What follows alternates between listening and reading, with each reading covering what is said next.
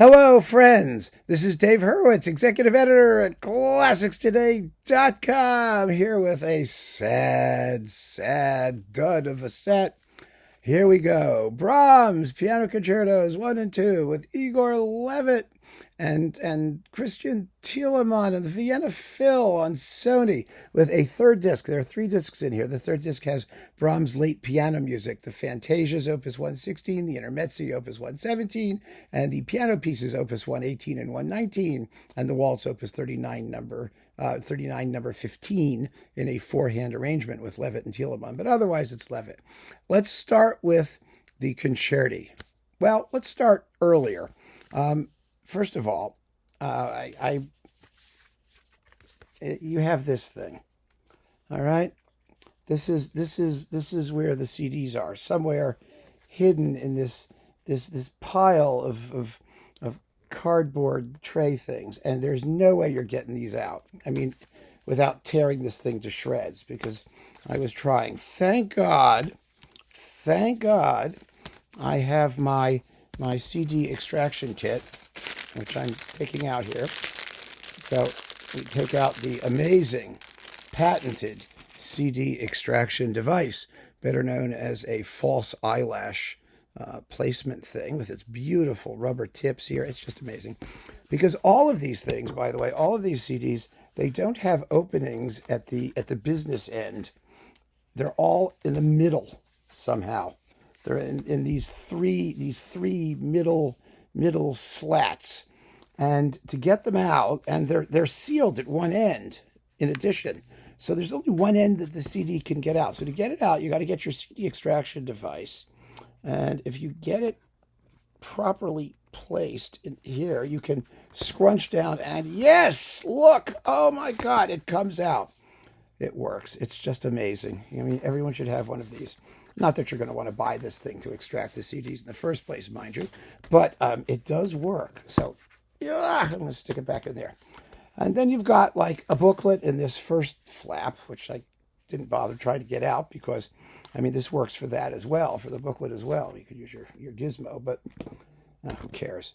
And then you've got just all this flappy stuff sitting around, including the wonderful pictures of Thielemann and Levit. And we have I like this one particularly. I couldn't resist embellishing this one. Let me see if you can see it. There we are. Yes. See? Oh boy, there's Thielemann and there's Levit. Thielemann looking oh so happy, and I stuck a little thought balloon in there, which I thought would just, summarize the entire production in a nutshell. So have a look. For those of you who are only listening to a podcast, there's a little thought balloon there where Thielemann is laughing with his head thrown back, and out of his mouth he's saying, "Suckers," because he's just bad. I mean, here we go again. I know he recorded these before, didn't he, with Polini in the latest Polini thing, I think, but no. First of all, I do not understand why Sony can't make a good sounding recording with the Vienna Philharmonic. I mean, this is also a Unitel production. It's a soundtrack to something, I'm sure. But it is so dull and mushy and ill-balanced. And the strings sound so thin. And it's dreadful. Absolutely dreadful. So aside from the really, it's like his Bruckner, actually. It's that sort of bad, compacted, cut off on top, just totally lacking in brilliance and bite. It's awful. And I respect Levit very, very much as a pianist. I mean, he really is a fine, thoughtful musician, and he's made a lot of really good records. So I don't know whether he was thrown off because of this. I mean, they look happy enough getting together, the two of them, and they play that 4-hand waltz in disc 3, but he's not he doesn't sound comfortable in these performances, and he shouldn't be, because the accompaniments are dreadful, and his own approach, I think, still needs to develop a bit. I'll tell you what I mean. If you take the finale of the first concerto, which is, it's a riff on the finale of Beethoven's C minor concerto, Beethoven's third piano concerto. They're quite similar. The tunes are similar and all that, but he plays it with this sort of China doll porcelain preciosity that the music really, really, really doesn't want. It doesn't need. It needs to have muscle. It needs to. I understand it's a classicizing kind of tune, and it's a rondo theme and all of that stuff, but it still has to have punch and accent and some kind of sternness. I mean, it's a minor key theme, and here it's all very, very porcelain and china doll, which I find really kind of off-putting. But then again, the accompaniment is that way too. It's sort of back in the distance and bodiless or disembodied, if you want to call it that. And it's just unpleasant. The first movement has the flabbiest opening tutti you've ever heard in your life. I mean, when Levit comes in, okay, he's fine, but these are symphonic pieces. I mean, the orchestra and the solo have to be of one mind. They really do. In the second concerto, you're in better shape until you get to the scherzo, the second movement, which again is terribly balanced and totally lacking in forcefulness. I mean, the first slow down, everything just recedes into nothingness. It just stops.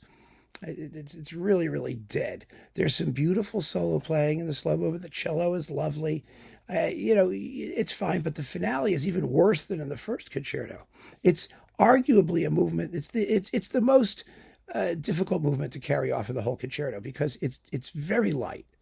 It's deliberately light on Brahms' part. No trumpets and drums, and it sounds like salon music, but not like this. This really sounds like salon music.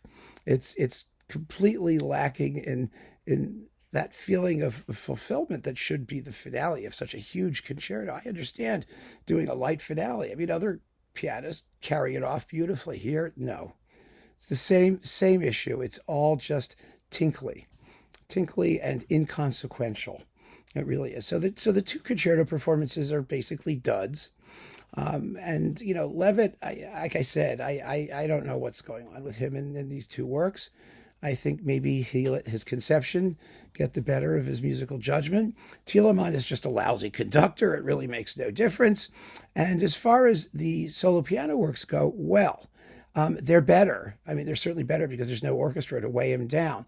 But I if you have to make a comparison between this set and Stephen Huff doing the same stuff, or Arkady Volodos doing the same stuff, or recordings that have some of these pieces by Nelson Freire or Jonathan Plowright, or recently there's been an explosion of interest in the Brahms late piano works because they are gems. They're just marvelous, and lots of people have done them, and lots of people did them really, really well. Kissin did them. I mean, everybody's been doing them, and this is, I can't go into the details excruciatingly, but these are good, but not as good as those. I mean, that's the bottom line. We can argue over individual moments and individual pieces to our heart's content, but they have been very, very well served. And I think what you have to look at is this as a package. I mean, even if they were much better, would it justify getting 3 discs, 2 of which are absolutely dreadful, one of which has, Thielemann cackling hysterically and saying, "Suckers!" Well, no, that's me, but you know what I mean. When you can just get really fabulous discs of the Brahms Intermezzi, which I recommend that you go out and do, and give this a pass. So keep on listening, friends. Thanks for joining me. Take care.